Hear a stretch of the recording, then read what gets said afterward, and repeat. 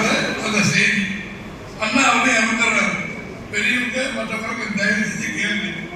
இறந்ததுக்கு பிறகு அடுத்த முதலமைச்சர் யார் வருவாங்கன்னு பார்த்தா என் அண்ணா அவர்கள் சொல்றாரு, தம்பிமா தலைமை தாங்கவான்னு சொல்லி நாமளர் நெடுஞ்செழியன் அவர்களை அழைத்து அவரை பெருமைப்படுத்தி 2வது இடத்திலே வைத்திருந்தார்கள். அமெரிக்காவுக்கு சிகிச்சைக்கு போன பொழுது 2வது இடத்துல பொறுப்பு முதலமைச்சராக திரு நாவலர் நெடுஞ்செழியன் ஐயா இருந்தார். அவர் தான் வரப்போறார் நினைச்சா நம்ம குள்ளநெறி தரிசனப்படுத்த கருணாநிதி எங்க சுவிட்ச் போட்டா லைட் எரியும் பார்த்து இருக்கிற எம்எல்ஏ எல்லாம் யார் சொன்னா கேட்பாங்க பார்த்து காலையில 5:30 மணிக்கெல்லாம் புரட்சித்தில் அவர் எம்ஜிஆர் வீட்டுக்கு போய் தூங்கிட்டு இருந்த மகாபாரதத்தில் சொல்லுவாங்கல்ல, அர்ஜுனன் போய் துரியோதன் போய் அர்ஜுன காலத்து நிற்கிறது கிருஷ்ண காலத்து நிற்கிறாங்கன்னு சொன்னாங்க இல்லையா அந்த வரவாக்கிறதுக்கு. அப்படி எதிர்த்து பார்த்த உடனே என்ன நிற்கிறீங்க கலைஞர் கேட்டா 2 காலம் பிடிச்சிட்டு விடல திரு கருணாநிதி அவர்கள். என்னை எப்படியாவது முதலமைச்சர் ஆக்க வேண்டும், நீங்க சொன்னாதான் எம்எல்ஏ எல்லாம் கேட்பாங்க. அண்ணாவே சொல்லிட்டாரு, நீங்க வந்ததுனாலதான் என்ன முதலமைச்சர் ஆனேன்னு சொல்லி என்னத்தான் சொல்லி அவர் மனசை மாற்றி அவன் எல்லாம் அவன் எம்எல்ஏக்கள் அனைத்து எம்ஜிஆர் அவர்கள் கருணாநிதி இருந்து போட்டுன்னு சொன்னார். வரலாறு நீங்க புரிஞ்சுக்கணும். அதற்கு பிறகு எம்ஜிஆர் போட்ட பிச்சைகளை 69 முதலமைச்சர் ஆனவர் கருணாநிதி. நேரடியாக அவரால் எந்த ஒரு செல்வாக்கு வரல. ஆனால் தமிழ்நாட்டுடைய மொத்த சொத்துக்களை திரு கருணாநிதி அவருடைய மகன் திரு ஸ்டாலின் அவர்கள், அவருடைய பேரன் திரு உதயநிதி ஸ்டாலின் அவர்கள் குத்தகை போட்டு வித்துக்கிட்டு. அதைத்தான் தம்பி திரு தங்கமணி அவர்கள், மரியாதைக்குரிய திரு OS மணியம் அவர்கள் நேரத்தில் இருந்து சுருக்கமாக சொன்னாங்க. இன்னைக்கு என்ன ஆச்சு, எனக்கு மின்சார கட்டணம் எங்க ஏற்பது உங்களுக்கு தான் தெரியும். 3 முறை மின்சாரத்தை கொடுத்தவர் புரட்சி தலைவர் அம்மா காலத்தில் இருந்த நம்முடைய திரு தங்கமணி அவர்கள். சட்டம் விஸ்வநாதன் அமைச்சராக இருப்பது அம்மா காலத்துல, தலைவர் காலத்துல, எடப்பாடியார் காலத்துல. ஆனால் இன்னைக்கு ஏன் மின்சாரம் எப்போ போது வருதுன்னு தெரியல. லிப்டில் நம்ம ஏறி ஒரு இடத்துல போய் நின்றுச்சுன்னா ஹார்ட் அட்டாக் வந்து சாக வேண்டியது. எப்போ மின்சாரம் வந்து போகுதுன்னு தெரியல. அது உங்க ஊர்ல அந்த புயல் காலத்துல நகைகளெல்லாம் தம்பி OS மணியை வேளாங்கண்ணியில் தக்க வச்சிருந்தார். அதே மாதிரி உண்மையில போற எந்த இடத்துல லைட்டே கிடையாது. எங்கேயும் தங்கிறது கிடக்குச்சா போதுங்கிற மாதிரி ஆயிடுச்சு. உள்ள போன மின்சாரம் இல்லை. ஆனால் தம்பியுடைய துரித வேகத்தினால் அப்பெல்லாம் மின்சாரம் கிடைச்சது. அந்த மாதிரி ஒரு சூழ்நிலையில் ஆட்சி வழக்கலை இன்றைக்கு திரு ஸ்டாலின் அவர் நடத்தி கொண்டிருக்கிற ஸ்டாலின் அவர்கள் அவர் மீண்டும் ஆட்சிக்கு வந்துட்டார். மறுபடியும் நாங்கள் தான் வர வேண்டும் சொல்லி எங்க பார்த்தாலும் அமைச்சர்கள் மத்தியில் வைத்துக் கொண்டு பொதுக்கூட்டம் பெரிய விழாக்களை நடத்தி கொண்டிருக்கிறார்கள்.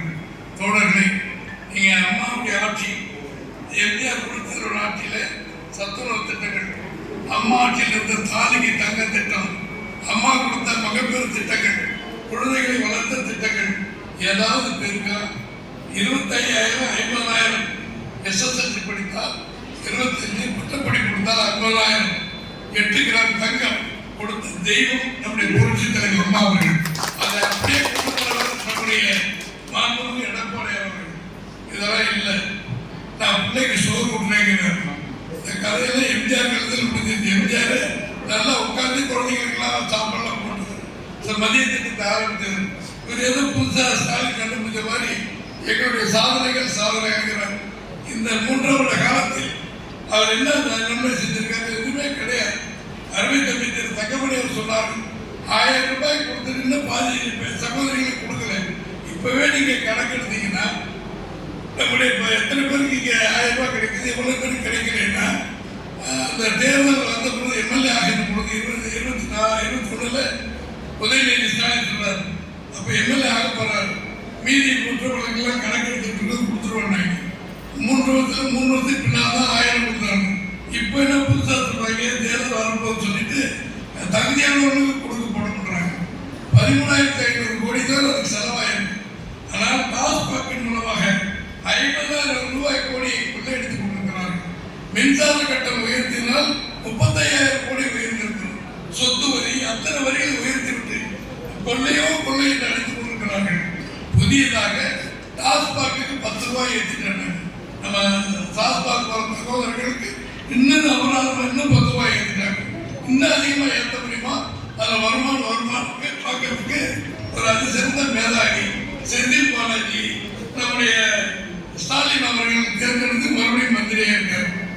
எங்கேயாவது இந்த கொடுமையை பார்த்துருக்கீங்களா தொடர்களே? கண்டக்டர் டிரைவர்கிட்ட லஞ்சம் வாங்கி அது உறுதிப்படுத்தப்பட்டு சாட்சி சொல்லி அவர் குற்றம் செய்தவர் அப்படின்னு தண்டனை கொடுத்தவரை தீர்ப்பு தள்ளி வச்சுட்டு மறுபடியும் அந்த மத்திய அரசாங்கம் அவர்கள் மேல வழக்கு போட்டு அவர்கள் வழக்கு போடுகின்ற பொழுது அவன் பணம்லாம் எப்படி போச்சு, வெளிநாட்டுக்கு எப்படி போச்சு, எந்தெந்த ஆளுக்கு போச்சு கண்டுபிடிச்சதுனால இடி டிபார்ட்மெண்ட் மூலமாக அவருடைய கொள்ளைகளை கண்டுபிடிச்சு அவரை வெளியே விட முடியாத உள்ள கொண்டு போட்டாங்க. ஆனால் மந்திரி அமைச்சர் மறுபடியும் மத்திய அரசு சொன்னது, நீங்கள் இவரை அமைச்சராக வச்சிருக்கிறதுனால நாங்கள் ஜாமீன் விட முடியாது. உடனே அமைச்சர் பதவி எடுத்தாங்க. முடிவில் கெஜ்ரிவால் போன்றவர்கள் அந்த டெல்லி துறை முதலமைச்சர் போன்றவர்கள் எல்லாம் அவர்கள் ஜாமீன் வந்ததுக்கு பிறகு அதே மாதிரி கூட சுப்ரீம் கோர்ட்ல வக்கீல்கள் முறையிட்டதனால் 471 நாளைக்கு பின்னால செந்தில் பாலாஜி ஜாமீனில் வெளியே வருகிறார். அமெரிக்காவில் இருந்து ஸ்டாலின் வரார். ஆனால் வர வழியிலே அவர் இருக்கிற கம்ப்யூட்டர் சாதனத்தின் மூலமாக அறிக்கை விடுகிறார். 5ஆம் தேதியிலே வருக, தைரியமானதே வருக, உன்னுடைய தலைமையை நாங்கள் மதிக்கிறோம், உன்னுடைய பாசத்தை பெற்றுக்கிறோம், வீர மகனே வருக வருகிறார். தயவு செஞ்சு நீங்க நீதிபதிகளாக இருக்கின்ற நீங்கள் சிந்திச்சு பார்க்கணும்.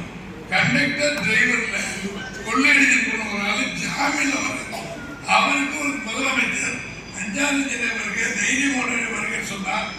நம்மளாம் ஓட்டு போட்ட மக்களுக்கு இருக்கீங்களா இல்ல முழுசுங்களா அவர் ஆகியிருக்கார் போல இருக்கு. தயவு சிந்திச்சு பாருங்க. இதுதான் இது பொதுக்கூட்டம் இல்லை, நம்முடைய செயலர் கூட்டம். நீங்க ஒவ்வொரு சகோதரியும் ஒரு சகோதரர்களும் எடுத்து சொல்லணும்.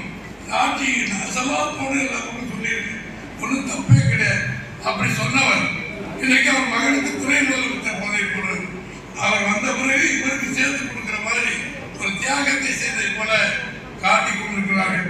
ஒன்று மட்டும் வச்சுக்க, அரசன் அனுகொள்வான், தெய்வம் இன்றுகொள்ளும் என்பதற்கு இந்த ஆட்சி நிச்சயமாக விரைவில் அழுகின்ற ஒரு சூழலை நிச்சயமாக நம்முடைய மாண்பு எடப்பாடி அவர்கள் முதலமைச்சர் 7.5% ஒரு திட்டத்தை கொண்டு வந்தார். அன்றைக்கு எதற்கெடுத்தாலும் போராடுகிற ஸ்டாலின் அவர்கள் இந்த 7.5 திட்டத்தை கேட்கவே இல்லை. கம்யூனிஸ்ட் கேட்டார்களா என்றால் இல்லை, காங்கிரஸ் கேட்டார்களா என்றால் யாருமே கேட்கவில்லை. முதலமைச்சர் இருக்கின்ற மாண்பு முதலமைச்சராக எடப்பாடி அவர்கள், அமைச்சராக மாண்புமிகு தம்பி தங்கமணி எங்களை போன்றவர்கள் சொல்லவே இல்லை.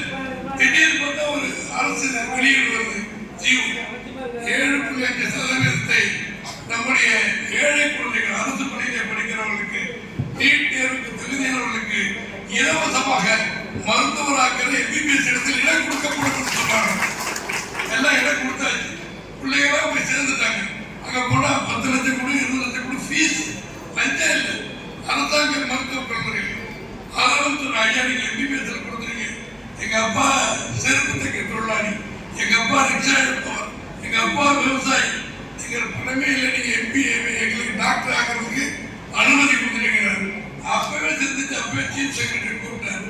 இந்த திட்டத்தில் 7.5% சேர்ந்த குழந்தைகளுக்கு அனைத்தும் இலவசம், அரசாங்கம் பணம் கட்டி கொடுத்தாங்க. இன்னைக்கு 5 வருஷம் ஆச்சு. 5 வருடத்தில் 5000 சகோதர குழந்தைகள் டாக்டர் ஆகியிருக்கிற பெருமை மாண்புமிகு எடப்பாடியாக கண்டுபிடித்த ஆட்சியை பொறுப்பாளர். இதை மாதிரி ஏதாவது செஞ்சிருக்காரா? ஸ்டாலின் சொல்லியிருக்காரு, கொள்ளை கொள்ளை கொள்ளை, இங்க ரோடு போட்டா இங்க வீடு கட்டினு சொல்லி எல்லாம் கமிஷன் வாங்குற திட்டங்களா அறிவிக்கிறாங்க. 3 லட்சம் வீடு கட்டப்படும், 10 லட்சத்துக்கு வாழை கட்டப்படும், 500 கோடிக்கு வீதி போடப்படும், எல்லாமே கமிஷன் ஆகும். மக்களுக்கு தேவையான தாலிக்கு தங்க திட்டம் என்ன திட்டம்? விளையாட்டா அந்த மாதிரி ஏதாவது அறிவிச்சிருக்காரு கிடையாது. சோறு போட்டேன் ஜோறு போட்டேங்கிறாங்க. அதுக்குள்ள திட்டங்கள்லாம் கிடைச்ச கொள்ளைகள். அவங்க அப்பா பேனா வச்சு எழுதுறாங்க. அந்த பேனா நினைவுக்கு கடவுளுக்கு 25 கோடிக்கு ஒரு நினைவு நடக்கிறார். யாருக்கு அப்ப மாட்டா பாருங்க. நம்மளோட வெளிப்படத்தை ஸ்டாலின் எடுத்து 25 கோடிக்கு அங்க பேனா கட்டுறாரு. இதெல்லாம் அந்த கடவுளுக்கு அனுப்பான்னு பாருங்க. என்ன ஆகும்போது தெரியல. அந்த கஜா போய் மாதிரி அந்த பகுதிக்கு வந்து அடிச்சு போடாதான்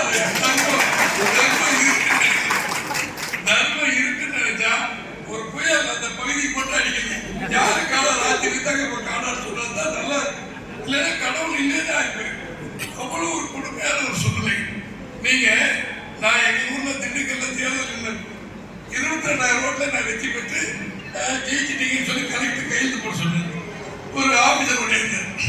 ஐயா இருக்க தபால் ஒன்று எண்ணிக்கிட்டு சரி நீ வர்ற கடையில் கலெக்டர்லாம் உட்காந்து 1 மணி நேரம் கழிச்சு வர்றாங்க. சார் 5000 ஓட்டு இருக்கு இல்லை 5000 ஓட்டு திமுக கிடைக்குது. 18,000 ஓட்டா 16,000 ஜெயிப்பதான் ஜெயிச்சு. ஒரு 1000 ஓட்டுனாக்கா எம்எல்ஏ ஆயிருக்க முடியாது. அதற்கு காரணம் தபால் ஓட்டு போட்டு அரசு அதிகாரிகள் ஆசிரியர் பெருமக்கள் அத்தனை பேரும் இன்னைக்கு அவங்களுக்கு என்ன அன்பா கொடுத்தாரு ஸ்டாலின்.